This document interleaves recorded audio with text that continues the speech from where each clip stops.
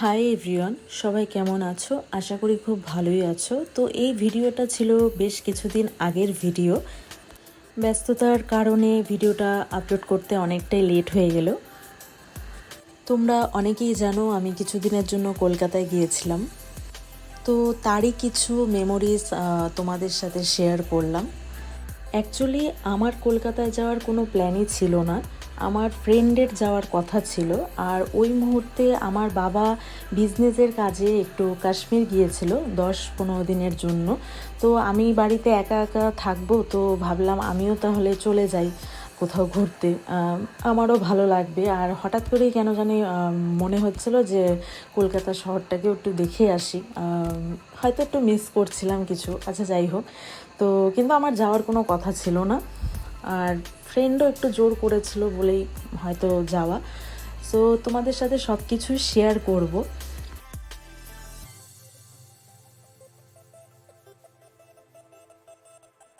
বলছে যে আমিও যাব, তো এসে ভালোই লাগছে।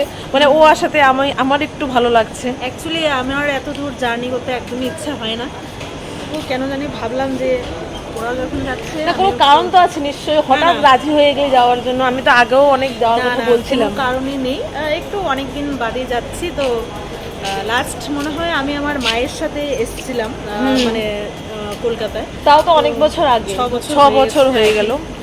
তো আবার 6 বছর পর যাচ্ছে আমার সাথে।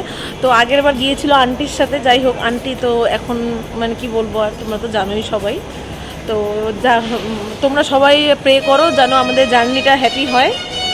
তো বাকিটা ব্লগ পরে দেখতে থাকো, ভিডিওটা কন্টিনিউ দেখতে থাকো, তোমাদের সাথে যতটা পারি শেয়ার করব। বাই। আর হ্যাঁ, ওই সময় হয়তো আমার বাবা আমার কাছে ছিল না, বাট বাবা দূর থেকে সব কিছু অ্যারেঞ্জ করে রেখেছিল যাতে আমাদের কোনো প্রবলেম না হয়। আর কলকাতায় যেতে তেমন কোনো অসুবিধা হয়নি, কারণ কলকাতায় আমার বাবার অজস্র ফ্রেন্ডরা আছে, তো তারাই অনেকটা হেল্প করেছে।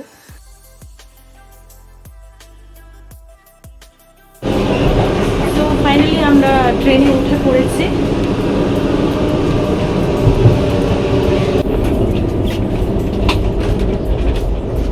আমাদের ট্রেনটা হয়তো ছিল 9:30 কি 10টা রাত। আর তারপর আমরা ট্রেনে উঠে ডিনারটাও করে নিয়েছিলাম, আর খাবারটাও খুব দারুণ ছিল।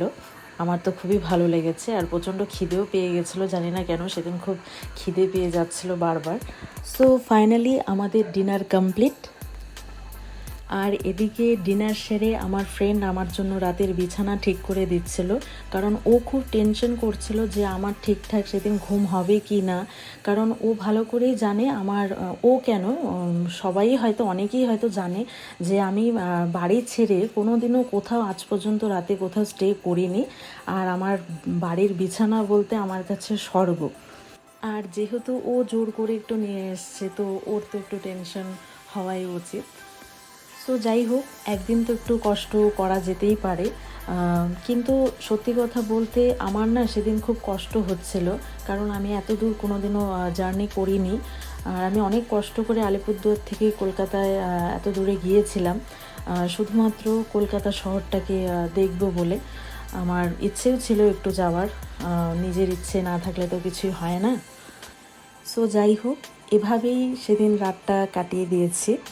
আর বিশ্বাস করো সেদিন এক ফোঁটাও চোখে ঘুম আসেনি আমার, জানি না কেন, কী সব ভুলভাল ভাবনা আসছিল জানি না। তারপর ভাবতে ভাবতে দেখলাম খুব সুন্দর আমরা কলকাতায় পৌঁছেই গিয়েছি। তো ওখানকার দৃশ্য তো আমার কাছে খুব স্মরণীয় হয়ে থাকবে। মানে আমি এখন ঠিক করেছি আমি বছরে 2বার তো কলকাতায় আমি যাবই, কারণ কলকাতা শহরটাকে আমার ভীষণ ভালো লেগেছে। বলতে গেলে আমি কলকাতা শহরের প্রেমে পড়ে গেছি। সো ফাইনালি আমরা হাওড়া স্টেশনে নেমে পড়েছি, আর ওখান থেকে মেট্রো ধরে আমরা কালীঘাটে পৌঁছে গিয়েছিলাম। আর কালীঘাট আমি যেখানে ছিলাম, তো কালীঘাট ফায়ার স্টেশনের অপোজিটে ছিলাম আমি। ওখানেই বাবার কিছু ফ্রেন্ডরাও আছে, আমার সেরকম কোনো অসুবিধা হয়নি, তারাই সব কিছু অ্যারেঞ্জ করে দিয়েছিল। আর মনে হচ্ছিল আমি কলকাতায় মনে হয় বিগত অনেক বছর ধরে যাতায়াত করছিলাম, কারণ আমার কোনো অসুবিধা হয়নি, বিশ্বাস করো। আর ওখানের মানুষজন না খুব হেল্পফুলি। সো ফাইনালি আমরা কলকাতায় চলে এসেছি। আর আমরা এখান থেকে নেমে যে লজে যাব তো সেখানে যাওয়ার উদ্দেশ্যে রওনা দিয়েছিলাম। বাবা একটা লজ ঠিক করে দিয়েছিল, কিন্তু আমি বলেছিলাম যে আমার পছন্দ মতো লজে গিয়ে উঠবো, যেখান থেকে আমার সব কিছু কাছে পিঠে থাকবে। সো তারপর আমি ফ্রেশ হয়ে লাঞ্চ কমপ্লিট করে একটু রেস্ট করে নিয়েছিলাম, কারণ যেহেতু ট্রেন জার্নি করে এসেছি প্রচণ্ডই টায়ার্ড ছিলাম। আর সেদিন সেরকম কলকাতা ঘোরা হয়নি, সন্ধ্যের দিকে একটু বেরিয়েছিলাম, তো কাছে পিঠে একটু কোথাও ঘুরে ফিরে আমরা ডিনার কমপ্লিট করে আবার লজে ফিরে যাই। তো আজকের মতো ভিডিওটা আমি এখানেই শেষ করছি, আবার আসবো অন্য একটা ভিডিও নিয়ে। সবাই ভালো থেকো, সুস্থ থেকো, বাই।